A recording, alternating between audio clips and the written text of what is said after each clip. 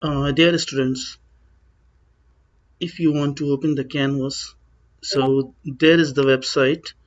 You can write jis.instructor.com and you will press enter.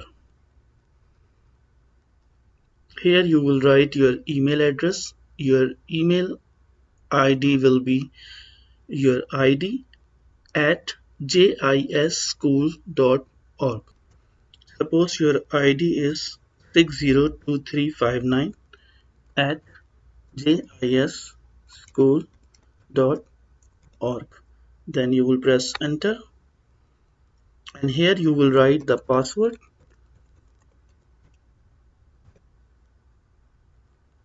If you find this screen, click on next.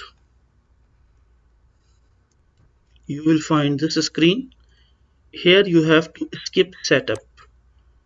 Once you click on skip setup, you will find this. Here click accept and here you will click on yes when you find this screen, and then you will find the Canvas screen.